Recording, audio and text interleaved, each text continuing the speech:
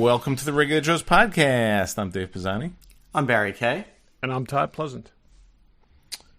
Okay, for something completely different, we're going to talk about TV today. And I'm looking back. Didn't talk about TV last week. Didn't talk about TV the week before that. Didn't talk about TV the week before that. Or the week before that. But then there's sometimes when it's 10 weeks in a row. Yeah. So Yeah, it's been a little while. In case you were missing it, we're going to talk about Secret Invasion, the whole series of 6 episodes. If you haven't seen it, see it. There'll be spoilers, maybe. We'll talk about Star Trek. In some fashion, we've all watched through episode 8. Yes. So check your And this is Star Trek Strange New Worlds, in case anybody's... Strange New Worlds, sorry. I mean, it's the only one on right now, but just in case... It's the only one on right now. But, yeah. So, we got that going for us. We may have a new segment. I'm putting it in here because I came up with it. And Dave is trying to make sure we get to it. Yeah. And we will have a last thought. Yes. Because we're making sure we get to that, too. That's right. There you go. I'm writing it down now that I will always forget. All right. Let's go some random. Does anyone have random? I do. Barry, what do you got? So this was posted today by the Props podcast guys, but I read this and this fascinated me and blew my mind. So bear with me because there's a little bit here. But there was a heritage auction this past weekend, and Orson Welles' Oscar for the best screenplay for Citizen Kane sold for $465,000. I saw that. So now it turns out it wasn't the original Oscar that he got. It was a replacement Oscar that his daughter Beatrice asked for in 1988 because she said she couldn't find the original, that after her father died in his belongings, they didn't have the Oscar. So they made her a replacement, and she signed a release saying that she couldn't sell it without first offering it back to the Academy, which apparently is a standard thing that everybody signs ever since 1950. If you won an Oscar prior to 1950, you can sell it without offering it back. Yes. All right, so that was in 1988. Was it listed in the auction as a replacement? I did see that. I didn't look that deep into it. Anyway, okay. So here's where it gets really interesting, because that was 1988. In 1994, the missing Oscar that she couldn't find showed up in a Sotheby's auction. Yeah. And a cinematographer that worked with Orson Welles said that he was given it by Orson Welles as payment for the unfinished movie The Other Side of the Wind. He sold it to a guy for $50,000, and then that company that bought it from him put it in the Sotheby's auction with a reserve of $250,000. So now Sotheby's at the time contacts Beatrice Wells and says, does this story sound right? We want to make sure it's legit before we auction it off. She ended up suing, and then a court ruled in her favor, and they gave her back that Oscar. So now she's got the replacement Oscar and the real Oscar. In 2003, she tried to sell the replacement statue because now she had the original. Yeah. Her attempt was stopped by the American Motion Picture of Arts and Sciences, and they said that the document that she signed would prevent her from selling it. So then she tried to sell the original one. Jesus. It's really kind of convoluted. Which would be before 1950. Which was before 1950, so it shows she was not stopped from doing it. So, what does it say here? So, she sold since she wasn't the original recipient of the 1941 statue, and the original wasn't bound by the agreement, the judge ruled in her favor that she could sell it. Because I guess the Motion Picture Academy tried to stop her from selling it. Judge said she could sell it. So for several years, the person who bought it from her tried to auction it off, but the reserve was never met. In 2011, it ended up selling for $871,454. Right after that happened, Herman J. Mankiewicz's estate, who was the only other person that had an original Oscar for Citizen Kane, sold his, because he was the writer, sold his for $588,000. Now, the replacement statue, this is the one that they wouldn't let her sell. That's the one that just came up in this auction. And it's interesting because they let it go into the auction, but it wasn't listed as from her estate or from his estate. It didn't say who the consignor was. All it said was that it was going to come with a certificate of authenticity. So they should have demanded that one back. Now, After she found the other one. That's the thing I don't get. I don't get why the second one continues to exist if it's established that she is the original, when in should have been destroyed. If it continues to be their property and they provided it to her, they should have just requested. But this is where it gets. There's a slightly weird twist to the end of this, which is apparently Heritage's auction policies allow the buyer or the person who wins the auction to immediately relist it for sale. Yeah. So it is now up for sale for $976,000, which is just bizarre. Like, it sold in the auction for $465,000, and he is now immediately offering it for $976,000. It shouldn't have been. It shouldn't exist. I don't know how they didn't. There's two Oscars. It's weird, there's two right? Oscars from that movie, and that's it. This is a prop replica. I mean, anyone who paid that money for somebody paid almost $500,000 after for it. His death. He never laid hands on this thing. Yeah, but yet somebody paid almost $500,000 for it. I just had to go through this because I was kind of fascinated as I read the story today. I saw part of it. I didn't know the whole story. I'd never heard all of this. I was like, there's a lot of drama with this Oscar. Yeah, she sounds like she's kind of a opportunist, kind of piece of garbage. Kind of. I mean, don't know anything anything still about alive? her. I think so. Yeah. Yeah. Anyway. That's weird. Yeah. Did those guys say what they think? No, they just posted it on their Instagram. I don't think they were talking about it. My guess is they think what we think. I think they probably feel the same way we do. I just when I read the article, I thought I was just reading an article about the fact that they found this Oscar and they sold it. I didn't expect all of this back and forth and intrigue. Yeah. That's weird. Yeah. All right, Todd, what do you got? It's been so long, I don't remember. No. Sorry. It's okay. It's okay. Apparently, they're going ahead with the Lando series. Saw that. Yeah. Well, they're at least going ahead with writing it. Sounds like. But it's that baffles me. Donald Glover is attached to both write and star, which it was under someone else. Yeah. And then it moved over to him and his brother. He's a good writer, and I think he's a good actor. He could do something interesting with this.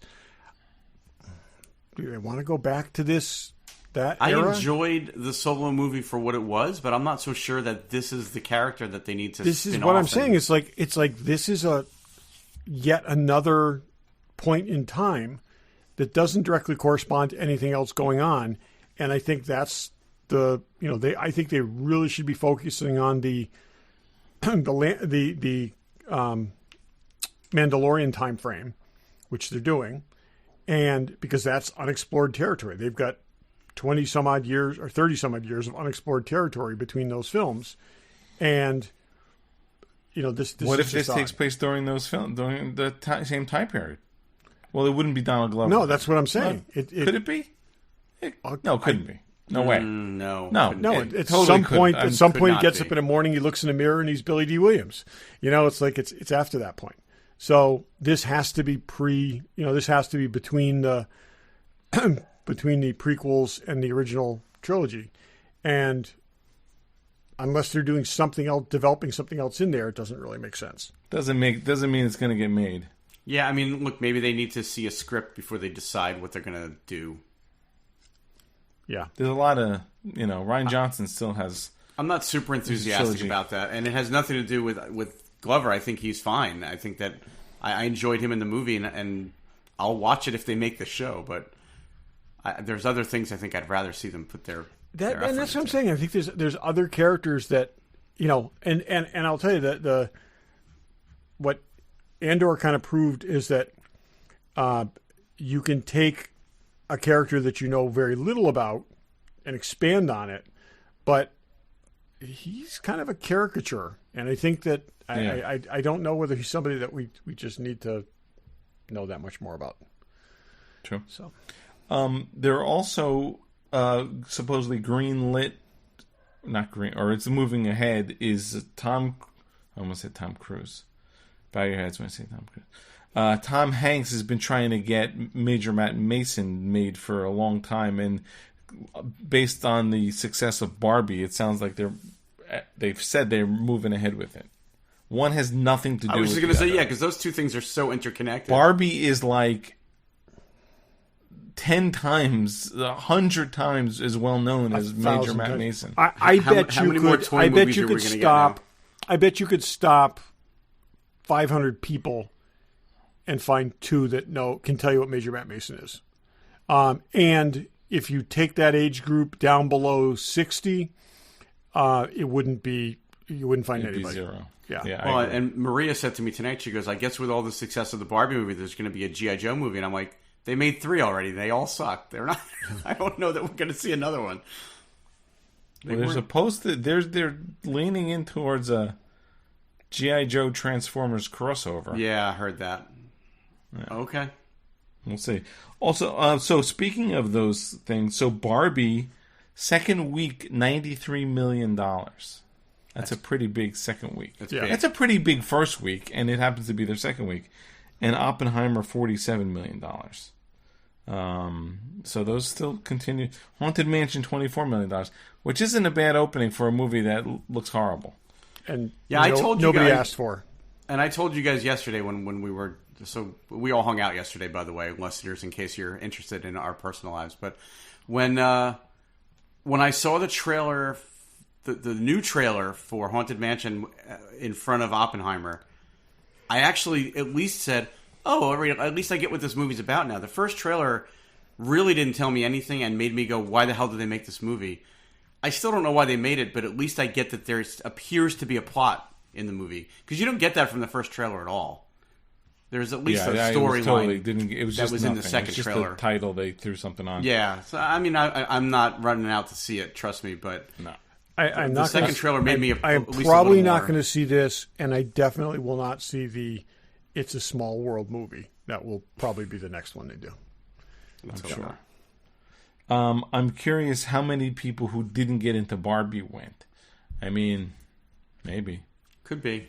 It's sort of a kid's movie. I think it's sort of a bit of a scary kid's movie. I haven't seen movie theaters as crowded as I saw this weekend in definitely pre-pandemic, but even probably before that, it was a while. It's good, though. It's good. Yeah, it is good. Industry needs it. When I go to the Alamo the opening weekend, I think it was relatively sold out for all the movies I've seen in the past month or so. How many seats in that theater? 7. No. The big ones are like... Well, the one you go to. 400. Well, there's like 6 theaters in there, but it's in the big one. Oh, I didn't realize it was a multi. Okay. Oh, yeah. Yeah, there's like 2 very big ones, and then I think 2 or 3 smaller ones. I won't see anything in the smaller We got out of Oppenheimer at 12:35 p.m. A.m. rather, in 12:30 in the morning, and that theater was hopping. It was really wild. I mean, I haven't been to a movie that late in a long time either, but it was pretty wild. Yeah. You know who's wild? The Fanboy Collectibles. Kiss statues. If anyone needs a Kiss statue, check I had it a out. whole bunch more random, but okay. I had another one too. You should have said something. Well, whole bunch more? Yeah, I had stuff. You can have one more. I did research. Anyway, Fanboy, let's do it. You're in it. And then we'll go into random part 2. Yeah, we love Troy. Something called Beast Kingdom. There was a Batman and Robin. Interesting. And I can't tell what scale those things are. Did you see those? They look pretty good. Yeah, they are. They actually are really cool. I don't really know much about them, but they look. Neither really do cool. I. So check those out if you went into Batman and Robin. My guess is they're Mego scale. I could be wrong. Christmas Elvira. Everyone loves Elvira.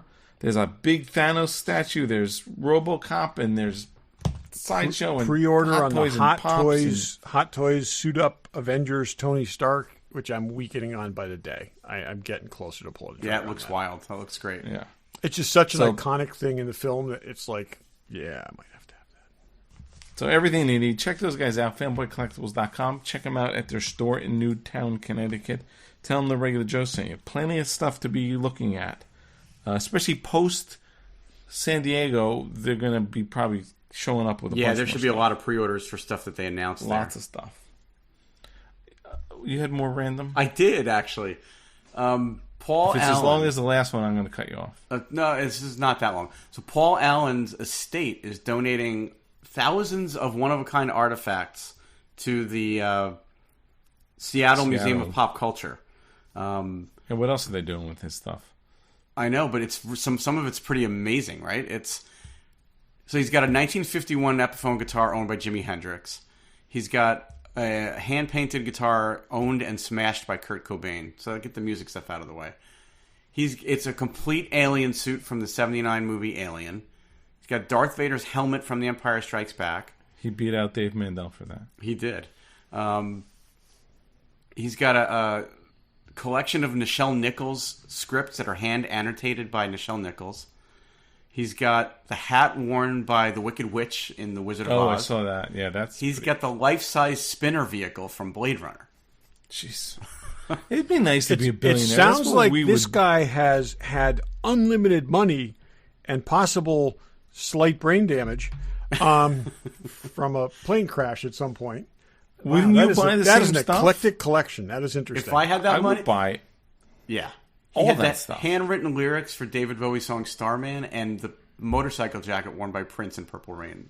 All right, I don't know about the last two things, but I'd buy the helmet and the Wicked Witch hat. That's classic. That's yeah.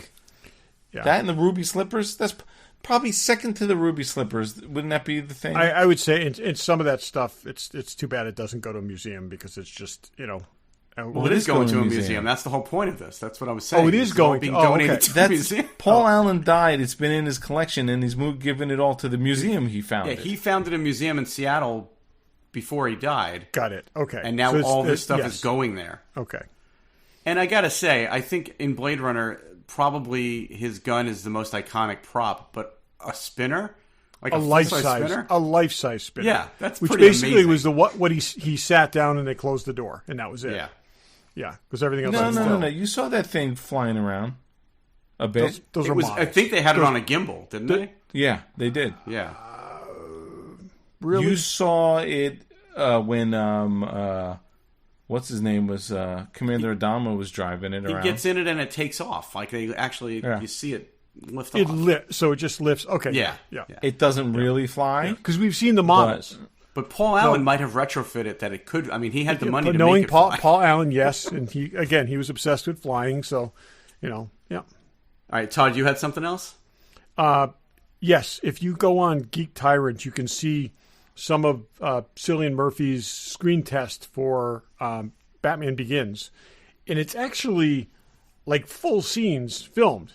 It's not like a guy standing there in a room reading off a piece of paper. It's actually, it's lit.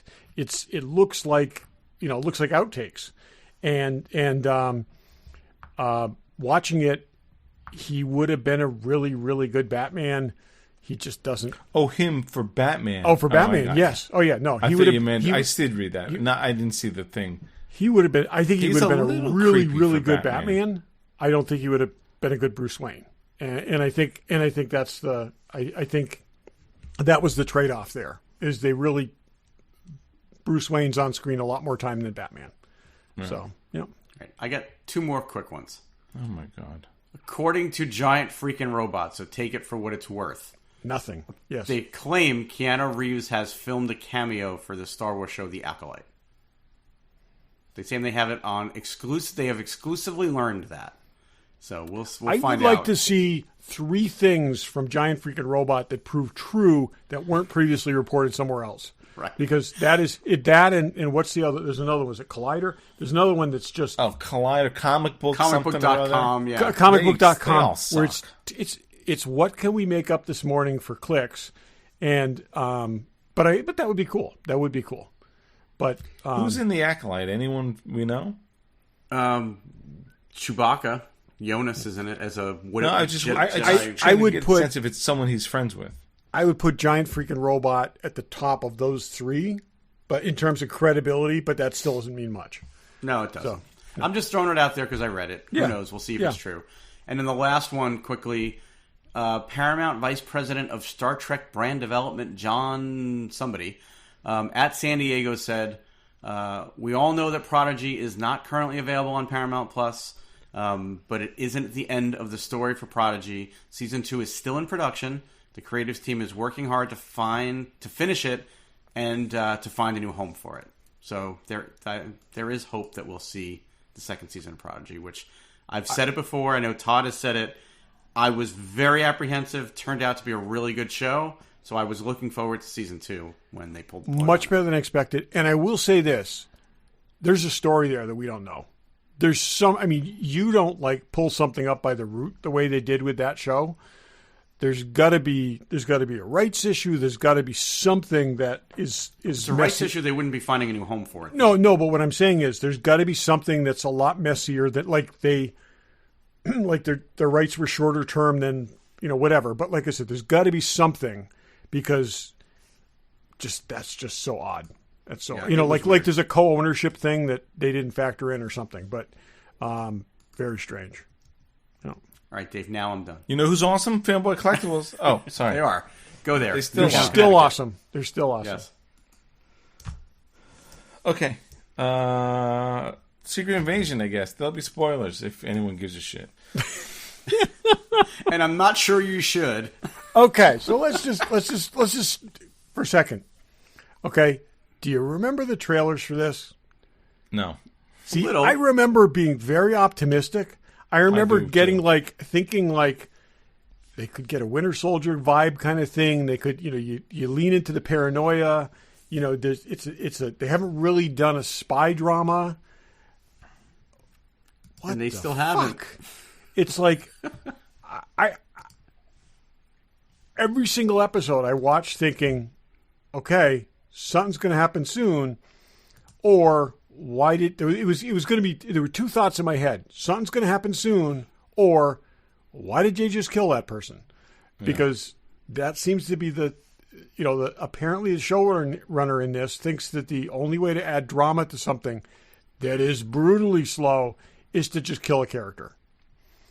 And I love the character of Nick Fury, so I was so looking forward to them doing something with his character because other than a handful of the movies. He's really been cameos here and there. And you're still looking forward to that. Well, now I'm kind of not. Yeah. He was good in The Winter Soldier. He was. And he was good in all of his little bits and pieces throughout This was just like him and his wife, what a snore fest. I don't even get the point of that. Did it really even... So, okay, it's all spoilers. He was in love with a Skrull, fine. But, they spent a lot of time with... Too much time with that story that really went nowhere. And as we've all, I don't know, they killed Maria Hill in this show for absolutely no reason. That was what I was going to say. It annoyed me that they killed her in the pilot, but if there was a payoff by the end of it, but her death served literally no meaning. Okay, so the scene at the airport where her mother shows up, who we've never seen before, right? Shows up and confronts him. What was the point of that? And says, make sure my daughter's death has meaning. Yeah, but it's like, why was that even a scene? Why did we even have been a payoff to that? Did Kobe want out? I just don't get it. I really don't get it. If she wanted out, okay, fine. But still. Her character, forget Kobe even as an actress, her character deserved a more meaningful death. And someone was wearing a T-shirt in San Diego that someone said Maria Hill deserved better. And she absolutely deserved better. She was an unexplored character completely. Yeah. There was a lot of potential. And I thought we were going to get that in this series. I really did. What a waste. It's such a waste. Talos had a lot more potential. Okay. I was a little sick of Talos. They killed him too. I disagree. I think if they had done that character better. Oh, yeah. It was just because of the show. But it was because of the show. But I'm saying that there was a lot of potential there that they did nothing with. But that was true about everything in this show. Like Yeah. even No, but I mean, in the last episode, that though. But like I said, but now he's dead. Okay, now the one Skrull character that you actually know is dead, and we're going to continue with this storyline elsewhere. well, they killed him and they killed his wife, who we kind of knew who she was. Yep. And the only one now that is left is his ridiculously overpowered daughter. Like, they have given her the power of every single character that ever appeared in the MCU. That's Well, ridiculous. at least her limbs. I didn't even get that. Is that a thing in the comics? So Super Skrull, okay, could emulate the powers of any of the Fantastic Four. Okay? So he could make this like Ben Grimm arm. He could turn invisible. He could do like so. That's what it was. He had he absorbed the Fantastic Four's powers. That's what that character was and could do. This is just like, So is Gaia more powerful than Captain Marvel? Because she has Captain Marvel's powers and everybody else's powers? Yeah, but I don't think. Well, I don't know. They got to be practical limits to them. I can't think she can use them like consistently. But who knows? It's just dumb. Todd, did you go back and look for the thing I told you about yesterday? I did. All right, so Dave, apparently I watched everything. I watched the last two today on the But train. I didn't say this in front of you yesterday because you hadn't watched it yet. In that final battle between Gaia and the other guy who's the Super Skrull, and they're Gravik. Yeah. In that final battle, there's one point where Gravik turns his leg into the Hulk's leg and kicks her. Mm-hmm. So not only did his leg turn into the Hulk's leg, but it had the torn purple shorts around around his thigh. God. Like, it's one thing for his limb to turn into it, but why did they put the orange, the purple shorts? Because they had the around his doesn't DNA even of make the, any sense. the DNA of the shorts. Why are the limbs turning into things? That's so stupid. It really was dumb. They If had you a had the vial powers, that- it should be you with the powers. But they had a vial that had the DNA of every single superhero that is known to exist. Like, it seems like it's just a bad idea in general to put all of those things in one place. Yes. And he had these scrolls To hand collecting it over to the Skrulls. He had them collecting it. But that was the best plan that Nick Fury and Gaia could come up with was, well, let's just give it to him and hopefully we beat him. Yeah. Or how about I'm that? glad that, you know- Nick Fury's big scene, his big monologue in that whole show. Okay, when he confronts Gravik and goes through, it's not freaking Not even him. him. It's not even him. It's like. All right. So can we talk a little bit about Rhodey? Because I am not okay with the implication that Rhodey's been a Skrull since Civil War. Okay. So here's I've been thinking about this because I'm trying to think if anything good can come out of this. Okay. So they're doing Armor Wars as a movie. Okay. War Machine is basically Iron Man with an attitude. Okay. He's going to come out of this with an attitude. Okay. He's lost his best friend. He's lost all these people he knows. Wait, you think he's been? I think he's been in. I I think he's been in the That's tank. the implication that they're making because he's in a hospital how are they gown. making he's in that? the hospital gown that he was in, and they're after his they're accident propping him in up. Civil War. Oh, I didn't So put that together. now it may have been like a follow up surgery or something like that, but that surgery actually happens during the Doctor Strange movie. It's that far back.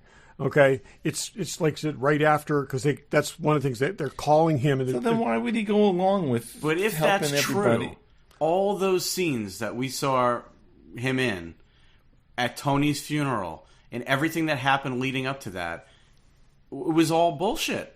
It's It was not all him bullshit pretending. though. He became that character. Okay, it's like But if he became that character, then what happened that he became a wisecracking asshole in Secret Invasion? Because he wasn't acting like Rhodey in Secret Invasion. He was acting like a dick. oh, Wait, like how long has Gravik turned bad? Gravik was good at one point. Not good. He worked for Nick Fury. So I got the sense that this whole switch over isn't that long lasting. no. I think during the First of all, blip. he was in a T-shirt. I don't know. Was he in a gown? It was a hospital. It was a I hospital. don't. No, I hospital don't gown. think they're mean. I've gone back and I've rewatched I think a it bunch is, of it. and- I watched a bunch So of this YouTube went videos. before the snap. I don't think yes. so. And the showrunner also said it could have been that far back. So they didn't commit, but all the YouTube breakdowns are pointing out all the things that would be really weird for Rhodey to have done if he was actually a Skrull. Why though? Then it's he is taking over this person. Wait a minute, he's taken over this person's life. Okay, he's advancing himself. He's getting the confidence of all these people around him. Okay, at some point he doesn't just he doesn't have to just like be a coward and run away. I mean, he's continuing to fight alongside of them. He could have risen to be the leader of the Avengers. He could have been president. He was taking who James Rhodes was and building off of that for their goals. I don't think that's unreasonable. I mean, think about the Americans, right? It's the same thing. No, I get this that, person is so undercover. Why he is are that you person. Defending it? It was still a no. I know that. No, but I I'm get just that. saying. I'm saying I don't have a huge problem with that aspect of it. I think a lot of the other, I know he's a minor Avenger, but it would be like, I mean, if you found out that Thor had been a Skrull all this time, would you be okay with that? But Thor's different. Thor's completely different. He's enough of a character in the Avengers that Barry, Thor has gone back and fought for Asgard. Thor's mourned his father. This is a tertiary character, okay, that's been, oh, hey, I'm still here. I've got the suit now. I'm doing... It's like he hasn't really done that much, okay? I don't think... I think he's been, like I said, he's been a background character. I think they're retroactively changing a character with 6 movies back is bullshit. This is not saying, oh, by the way, Black Panther was a Skrull the whole time. This is somebody that, I don't know. I think, like I said, they could build this into something. That's not the thing I have the biggest problem with this movie. Or this series. I think it was a complete waste of the talents and efforts of everybody in there. There's so many things they could have done interesting with the this. nuance of Emilia Clarke. I was going to say, her character flip-flopped all season, but it was a nuanced performance. Yeah. Olivia Colman was like, there was nothing worthwhile in this. It was like, Tony Curry is a good British actor, and he had one scene and they shot him. It was like, oh yeah, yep. Oh, I'm a bad guy. Shoot me. It's like, I just wonder whether there was just something more. This is worse than Falcon and the Winter Soldier. And there was an explanation of why that was as bad as it was, because they shifted around the original plot and stuff like that. It just seemed like there were so many things in this that could have gone in a meaningful direction, but just never did. What annoyed me was at the end of it, you've got the reveal of this room with all these humans in the pods and everything, but that doesn't even go anywhere. Like, are they going to pick that up somewhere else, or is that will be? See, the thing is, if there's a million Skrulls, okay, as they implied, okay, there's got to be a million people someplace. There's got to be a crap load more people someplace. Well, but in the past, a Skrull could just touch you and turn into you. They didn't have to kill you or take you out of the. They didn't have to put you in a pod. Right. To but do what that. they were doing though was they were also absorbing their memories. So yeah. So I don't know, and they played fast and loose with this. So this was something interesting that I heard today in a video that I watched, trying to understand what the hell happened to this show. This is just, to me, this was interesting. In 2019, there were 7 hours and 14 minutes total MCU content between movies and TV shows. 2021, 34 hours and 42 minutes. In 2022, 22 hours and 42 minutes. So, like, when you think about the fact that they're producing so much of this stuff now, it's a recipe for it not being good. Like, I totally disagree. I totally disagree. I mean, no, it gives you you have a larger canvas to paint on. You just have to use some fucking paint. Okay, this was the thinnest thing there was, and they just kept, like I said, this went nowhere. Every single episode, you kept saying, "Okay, they're going to build on this." Have there been now, and how many of them have actually been That's good? the point. I think a vast majority have not been good. Right, that's what I'm saying. Which ones have been good? Okay, part of this is these things are essentially sidebars. Okay, so instead of building something and making it unique and taking characters that are underdeveloped and developing them, they are using these in a way where if you don't see them, it doesn't affect the movie. Okay, but if you're really into them, then you're getting something. But I'm starting to feel like I'm wasting my time watching these shows. Well, you did on this one. But the reality, let's take a further back view, and when you really get down to it, is it just there's the Russo brothers who are responsible for the best movies in the franchise, right? And then there's they're handing these to this inexperienced writer directors and giving them a lot of leeway, and they suck. I mean, for the most part. I mean, what's been good? Hawkeye. I liked WandaVision. I liked guess. WandaVision. Yeah. I did not like Falcon and the Winter Soldier. No. I didn't love Loki. No. Hawkeye was good. Yeah. I liked Moon Knight. I liked Ms. Marvel. I thought She-Hulk was okay. Okay. I liked it. And now Secret Invasion. Okay. I mean, so that's all. I very much liked WandaVision. I very much liked Hawkeye overall in the end. Okay. I liked Moon Knight more than most people ever will. I liked Loki. I feel it's not perfect, but I liked it. You're the only person who likes Loki. It's totally not true. That is totally not true. Oh, maybe here, okay, but it's it's higher rated than some of the other stuff you guys don't like. On the planet, you're the only one. That's not true. But in Ms. Marvel. What did you like about Loki? Talk about slow, and it made no sense. But anyway. It was meant to be eclectic, okay? It was... I like it. It introduced the world's worst villain, who they obviously are leaning into more, which is a giant mistake.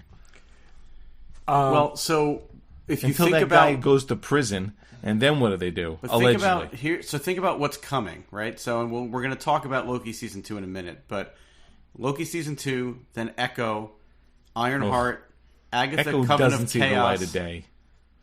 Daredevil, Born Again. That I'm looking for. Right, but I just listed 1, 2, 3, 4, 5 shows, and you're looking forward to one of them. And they got 18 episodes is a lot of heavy lifting. That's a little frightening. Yeah. Imagine this show had 6 episodes and nothing went on. They got to do 18 of that. Which I don't get, because everything I'm looking at, I mean, Wikipedia might not be right, but I'm looking at this list of the shows. Loki season 2, they're saying is 6 episodes. Ironheart, 6 episodes. Agatha, 9 episodes. They're still doing Daredevil, Agatha? 18 episodes. Yeah, I'm looking forward to Ironheart. I'm looking forward to Daredevil. I couldn't care less about Agatha. Loki, I'm really interested in, as are, interestingly, the vast majority of people other than yourselves, because it's got an 8.4 rating on IMDb and a 9.0. It only has one review, and it's yours. In 9.0, and that's not true. You're entitled to be wrong, but you're not entitled to be wrong for everybody. And it's over a 9 on Rotten Tomatoes. I understand what you didn't like about it, but that doesn't, I didn't hate Loki. I just felt like it was slow and it didn't really go anywhere. It went nowhere. That woman Loki, no sense. That villain made no sense. It's sometimes it's about the journey and not the destination. So now the journey got you nowhere. There's another season coming, and they told you that at the time. They just didn't tell you it was going to be 2 more years. You're crystal sculling. Yeah. Are we transitioning? You're crystal scrolling. Crystal scrolling. Yeah. I am not crystal scrolling. It's not crystal scrolling when it's not contrary to popular opinion. It's just contrary to your opinions. So yeah, that's the way it works. Well, are we transitioning into talking about Loki season 2 now? Because there's nothing else to say. No. So anyways, this is almost. I mean, I don't want to say it's unwatchable. It's pointless. It's utterly pointless, and the talent on screen, the running time that they had. This has a negative impact on the MCU. It's not even neutral. It's negative. There's been a lot of negative impact lately, unfortunately. I agree. I wouldn't say it's the worst one. I think Falcon and Winter Soldier is the worst one because it had the most potential. Okay. It was convoluted too, which is for something that should be a tight 6 episodes with they're only like 45 minutes apiece. Like it should have been a really straightforward story. If you go back and you rewatch Falcon and the Winter Soldier, there are some good moments in that. Not a lot of them, but there's some good moments in that. I challenge you to find the good moment in this thing. This is worse than that show. This is considerably worse than that show. I have no argument. They're both bad. Yeah. I'm telling you on a rewatch, this is just like, You've watched it more than once? What's that? No, I'm saying a couple of the episodes I have because I got ahead of the household, and even you didn't save her from this. The second time, it was just like Maria was clearly going through the motions on at least the last 2 episodes, just watching it just because I was watching it with I think Josh. I bailed Mark and Pam out by watching them on the train today, so they don't have to. Okay, Emilia Clarke just like totally uninterested in doing this, or just like because I realize she's known for a very nuanced performance. I mean, the first few episodes, I felt like she was cosplaying, Elliot Page's former look, because like it was just, but she just was like, first she was with her parents, then she was against her parents, then she was with her parents, then she was helping. She just flip flopped through the whole thing. Like, you never really got a sense that she had taken a side. I would tell you the other thing too, and I get from this is, tell me what right decision Nick Fury made at any point during this whole thing. Okay? He's supposed to be like this master tactician, all this, but he did a crap load of damage. Okay? He got a bunch of people killed and threatened the world, but he wasn't going to call in any of his super friends? That's and I love the way they addressed it, but like seriously, I mean, he could have brought in a couple of Quinjets and taken the whole freaking thing out. I mean, like, seriously? There's so many ways out of this. Or just call in Captain Marvel. Just get the pager out and call her. I'll give you, she's in another galaxy. Okay, Photon. I mean, anyways, there's a bunch of B and C listers he could have called, and I agree. And you could have slipped, cameos in there. It was just like, I don't understand. All right, we got to move on. Let's move on. 3 thumbs down? Yes. Yeah, maybe 6. Okay. Yeah. I mean, I don't know what we're covering, but the Loki trailer came out.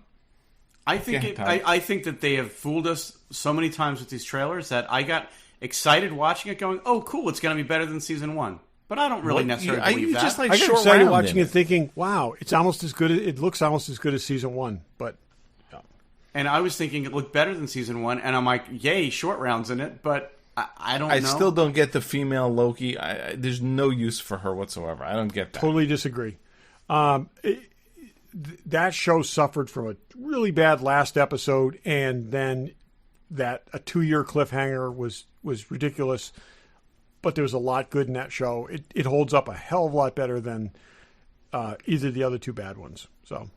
But how are they? I mean, how are they keeping again whatever Jonathan Majors did or did not do, allegedly? But they were too far into that show to extract him. Now, what if this remember guy the whole idea that Kang is continue? Infinite? Okay, we could come out of this show with somebody else being Kang.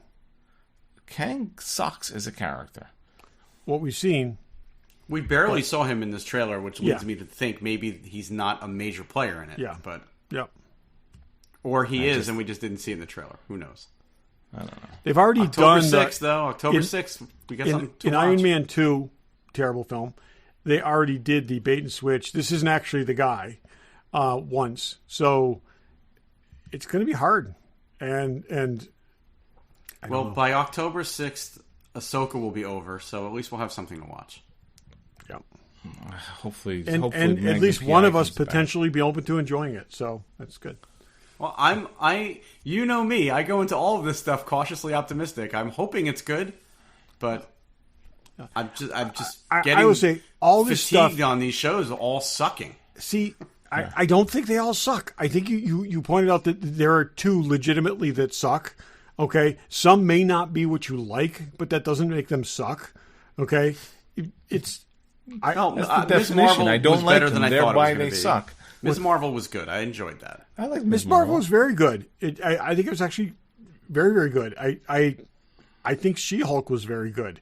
I think Ms. like Marvel could be the second best one. I don't think I don't think we have to be the exact precise audience for everything, and I think you can judge things on a basis of their merits and not necessarily whether you.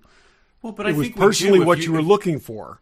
Okay, but this we all though, just But said I we wasn't liked looking Ms. for Marvel, anything out of and Ms. most Marvel of these. Clearly is not the absolutely not. demographic No, but for I'm that. saying the problem with She-Hulk is a lot of people just are like It was fine for what it is. Right. It was goofy. Yeah. I mean, there was no stakes with that at all. and it was fun. Okay, I thought it was fine. Yeah, Exactly. I thought it was fine. This- But other things have some stakes to it. right. This one to go back. Just like I said, there's nothing here. This is the least content in 6 episodes that we've ever been given.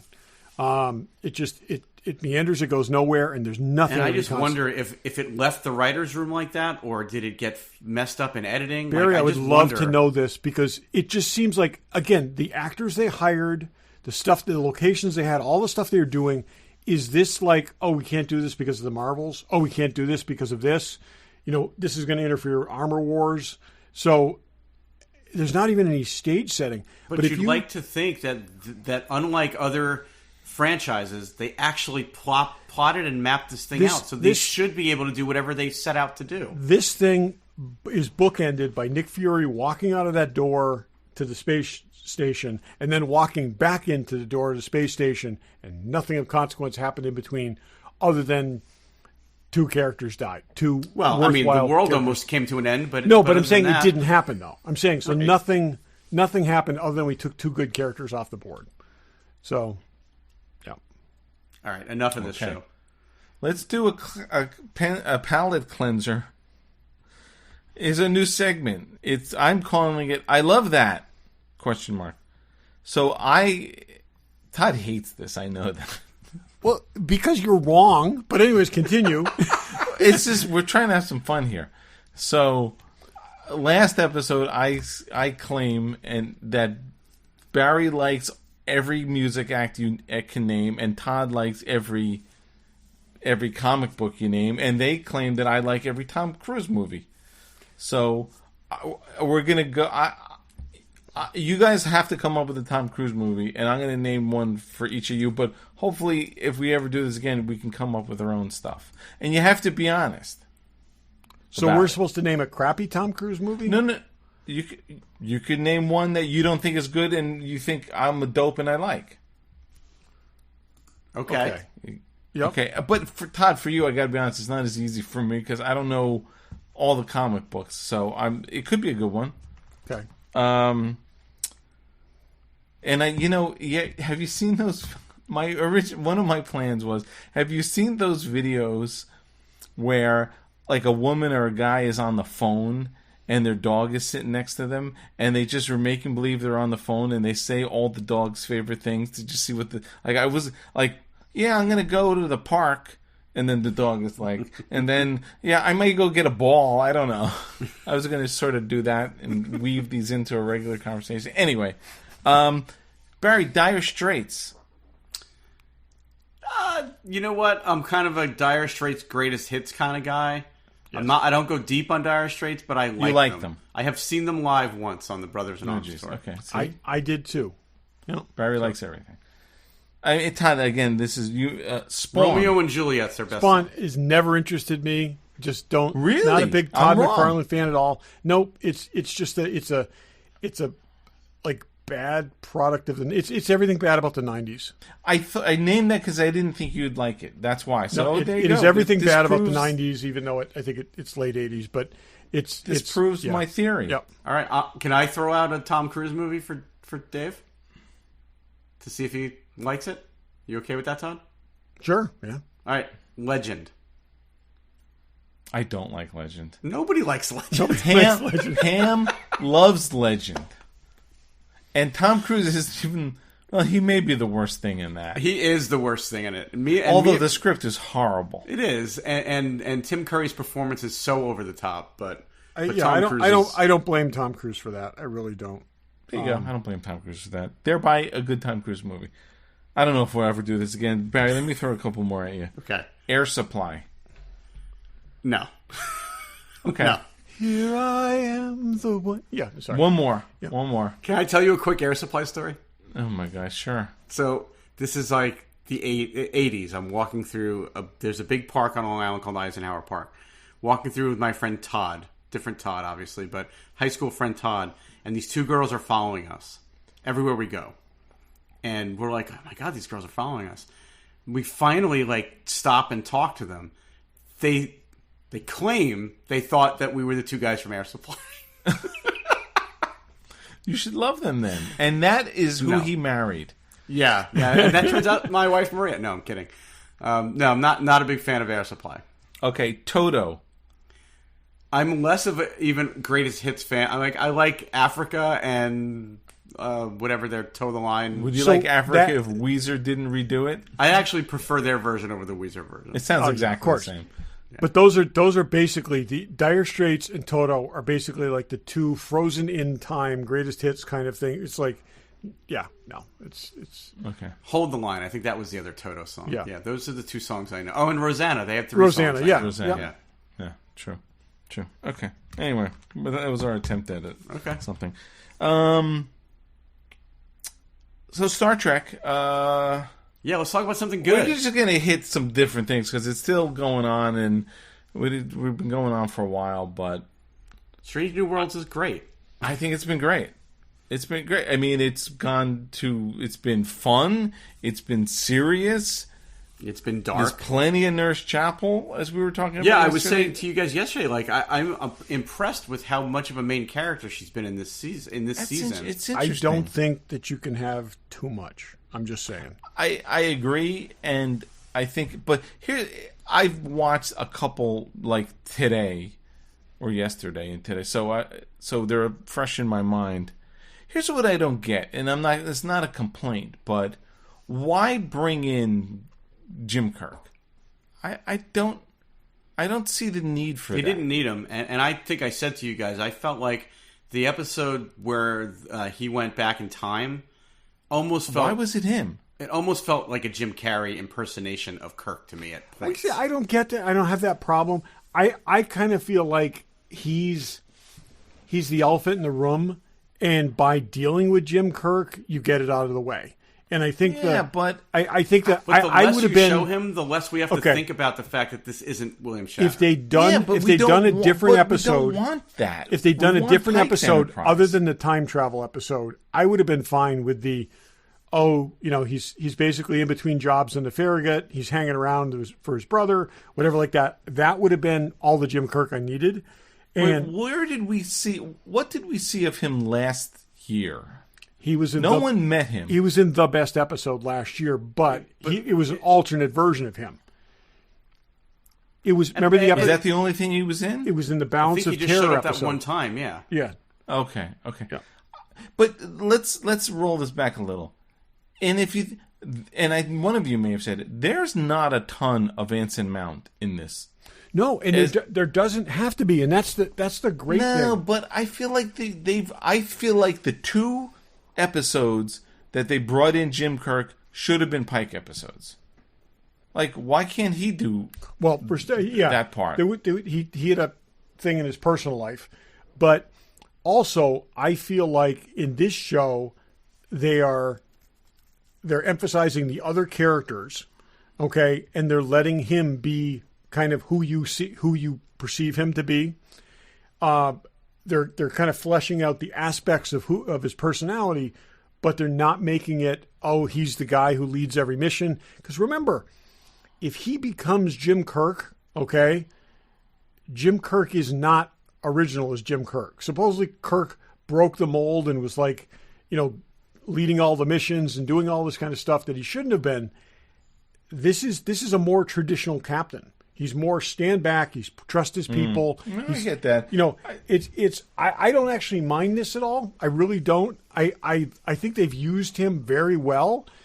I also feel like we got a lot of him in the last season. That last episode was all him all the time with a little bit of Kirk thrown in there. I'm glad they're not dwelling on the I know my future thing as heavily. Yeah, I agree with that. I think that's good. But and I do like how there are threads that run through all of the episodes, but for the most part, it is an episode of the week show with a little bit of thread running through it. That's doing a good job. And that's I will guess say the original series was a little like that. I think what series? No, the original series had some threads, not really. Not much. There was and this occasionally, but not as much as this. I will say I think this is the perfect balance of that. There's little things. There's references to past things, but it's moving forward, and each episode is kind of self-contained. Well, the Spock and the Nurse Chapel's thread keeps rolling through. Yep. Thank God for Spock. Jim Kirk and Noonien Singh. There's a little bit of that rolling through, right? But it's not the main thrust of it, which I like.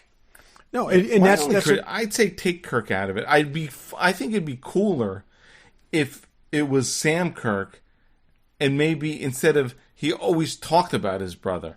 I'd rather have seen that than I don't think we need Jim Kirk in this. I think they're trying to check every box, and I think there was a lot of people who were like, where's Kirk? I don't He's care. Not here. He's not his Enterprise. I know. No, I'm with you on that. I agree. I don't think it's necessary or needed, but I don't have a problem with how they've done it. If he was in every Sam episode, or all of a sudden now he's sick, I'll be honest with you, I was worried.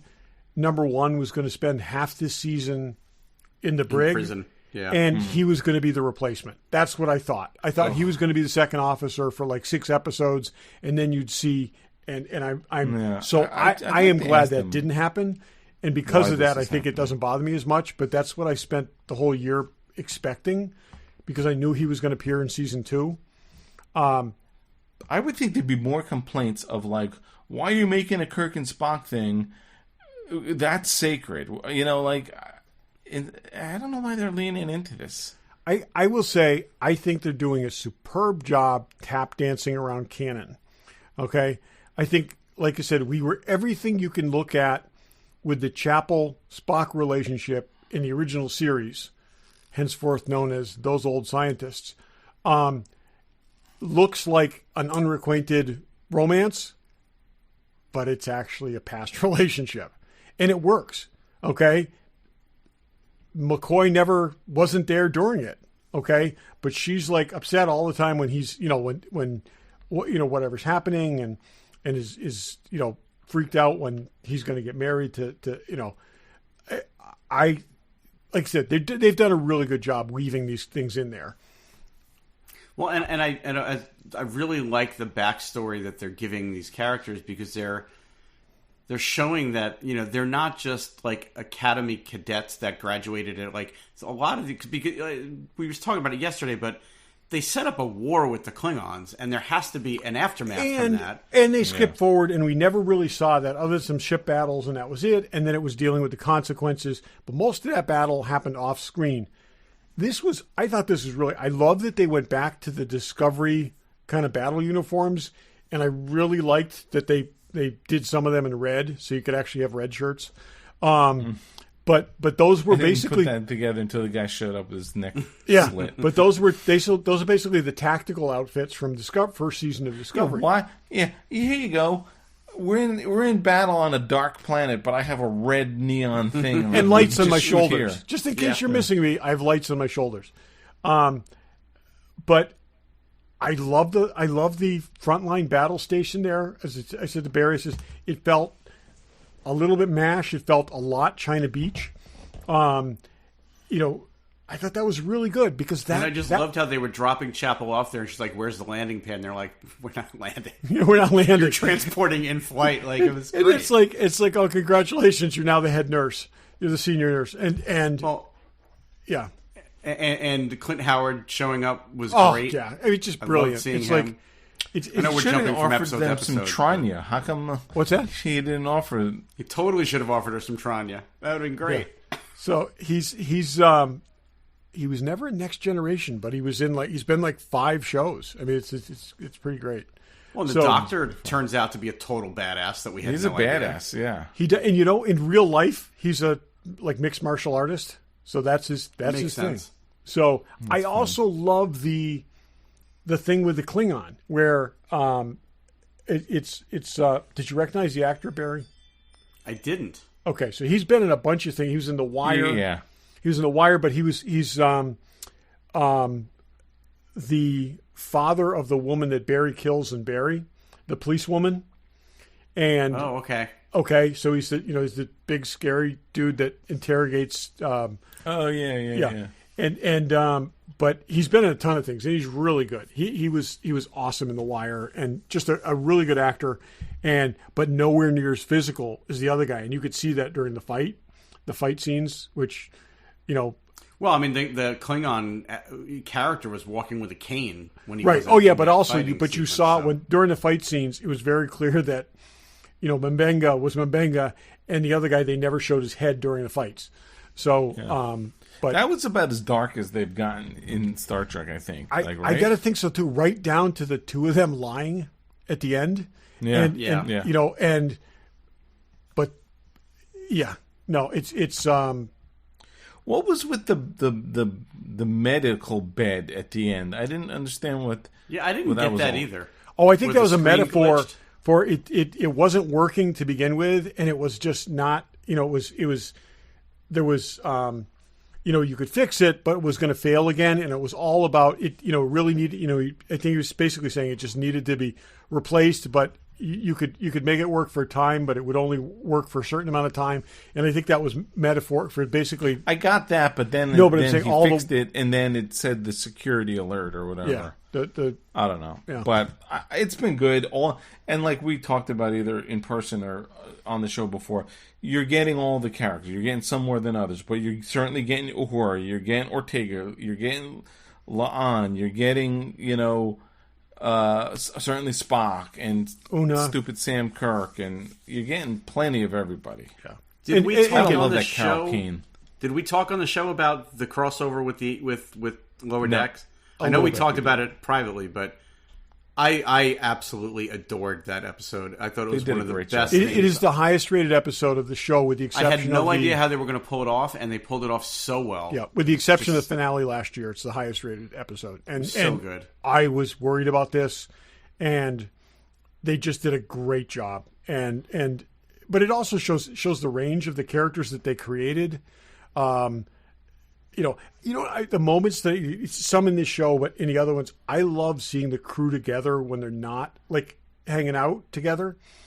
They did that a lot in Next Generation, but it never seemed as colloquial. You know what I'm saying? Like they're friends. They look like they're friends. They're not colleagues they're having a goofing drink on together. each other. They're goofing on each other. they've got They're a lot of picking on inside Uhura jokes, for yeah. looking at her data pad under the table. It's like and it just feels like it feels like a friendship and not this kind of fake poker game. And That scene when they took Boimler's yeah. comm badge, and then Pike's like, but the flipping it open's the best. flipping part. it open's the best part is probably the best line of this season. Okay, I was just so got to say, good. but flipping it open's the best part. I know. Jonathan Frakes directed that. Yeah. Yeah. Oh yeah. There's a whole ready room with it. I And haven't watched I like it, but- how they made all of the Strange New World characters slightly goofier for this episode too, which was just perfect. And that's but it's also like you're seeing him through that other lens. the tricorder. Oh, and they explode. There's really nothing. They're smaller. They're a little more efficient, and they explode much less. And the doctor's like, explode. I loved it. Did you notice how what's her face? What's the girl's name? Mariner? I can't remember. Mariner? Mariner's like, why does everyone talk so soft and so slow? Slow, yeah. Slowly, it's great. It's like, I mean, that was the other thing too. Is like, we look at and I know at least one of you has commented on it. And I know Sean has brought this up many times. none of these people in Lower Decks would get into Starfleet, okay? It's a different Starfleet, okay? 125 years in the future, okay?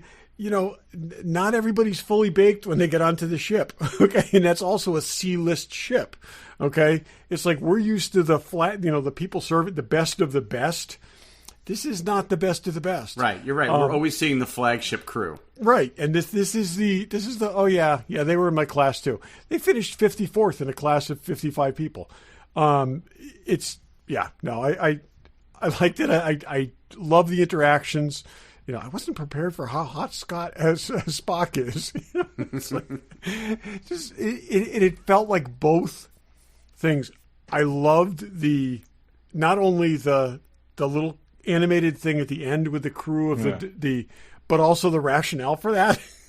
They were drinking the Orion Ale, and it was like, wait, what is this stuff? My arm doesn't do this. Spectacular. If the musical episode is as good, he's so worried about this episode. I am really worried about the musical episode. But if it's as good as this, I'll be blown away. They've done, honestly, so we've seen 18 episodes.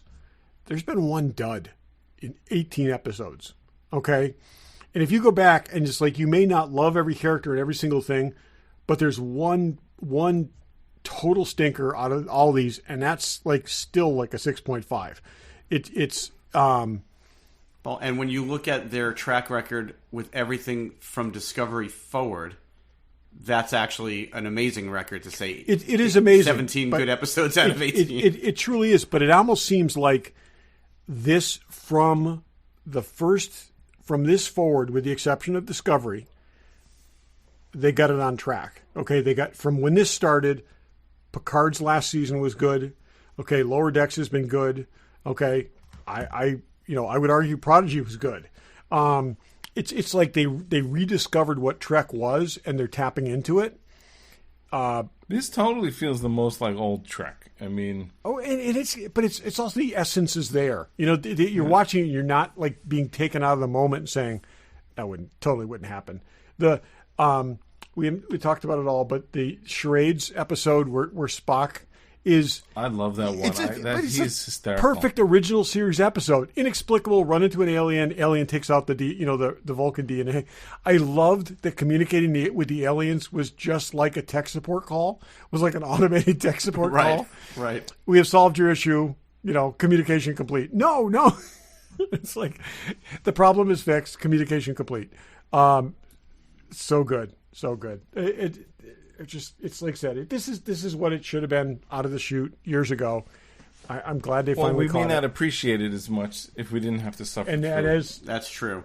Discovery. Absolutely right. And you know what? The last season of Discovery may redeem itself, but I don't even believe that as the words are coming out of my lips. We'll see. So, but yeah, no, it's really if you're not watching and you've listened to all this, you should be watching it. It's definitely the best Star Trek show of the in a long time. New ones. Yeah. 4. Yeah, it's good. Okay. You guys had a last thought? Well, yeah. Today we found out that Paul Rubens passed away. Yes. Apparently he had been suffering from cancer and just wasn't public about it. 70 years old. Yep. Huge influence on my sense of humor and my personality all the way back to the early 80s when I first saw, I think it was 81, I saw the HBO special, The Pee Wee Herman Show. Just so influential in formulating my sense of humor. I actually watched it tonight before we recorded. And I'm a huge fan. I should not have liked Pee-wee's Playhouse. I was too old to watch Pee-wee's Playhouse, but I loved it. Pee-wee's Big Adventure, I am still quoting that movie on a weekly basis to this day. By Dave's favorite director. By Dave's favorite In director. fact, the first film by Dave's favorite director. That's why I don't like any of that stuff. Yep. But no, I don't want to see the guy dead. So. Cameoed in Batman Returns. Yep. Was the voice of RX-24 in Star Tours for all those years, all those Star Tours rides we went on. Yep. So, had his run-ins with the law. He had a single, like I said, everybody has a bad day. But this one hit me hit me pretty hard. I pulled out my Pee Wee Herman action figure tonight. Oh, look at that! And I bought this because I was going to get him to sign it at Rhode Island, and I don't know what happened. Why I never? He was there one year that we were there. Just never happened. I just didn't get around to getting him to sign it. But so anyway, just wanted to make reference of Pee Wee.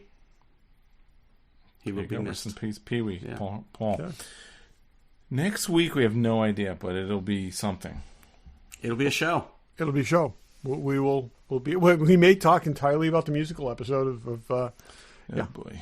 Yeah. Let's hope there's more to talk about than that. But could be life changing. We'll talk all about Beneath the Planet of the Apes. That's been on at like 2 a.m. a couple nights. Seriously, past I haven't 2 or 3 seen that weeks. in years. Underrated classic. They've been on like are that. Either and of you Escape going to was see on. Oppenheimer or Barbie? Should we be planning to talk about those things? Yeah, we should. I don't know if I'll. I saw Oppenheimer. Barbie? I haven't seen Barbie yet. I'll probably see one of them tomorrow night. I don't think I'm going to the theaters to see Barbie. Okay.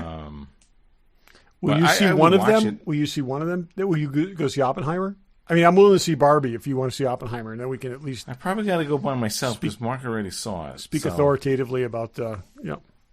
I will see at least one of them by next week. I'll probably see Barbie. So. Well, we'll talk about something next week. We'll talk about something. Yeah, maybe something completely different. Yeah. If you haven't watched it and you do like Invincible, there's an Adam Eve and kind of Invincible in between. Actually, it's her origin story that they slipped out quietly. It's a full length episode. Her origin story is great. They popped up on Amazon. Comic-Con. It was a Comic-Con thing, but it's good and it's really good. And we love I'll go in to see John Williams, so I'll talk about that. Yeah, you can talk about that. That's going to be amazing. So, and I'm going to see Extreme, so I can talk about that. Okay, I'm gonna mow my lawn someday if it doesn't rain. So, all right, we'll see. Cool. Yeah. That's plenty. That's more than you need to know about us. And thanks for listening. Thanks for listening. Thanks for listening.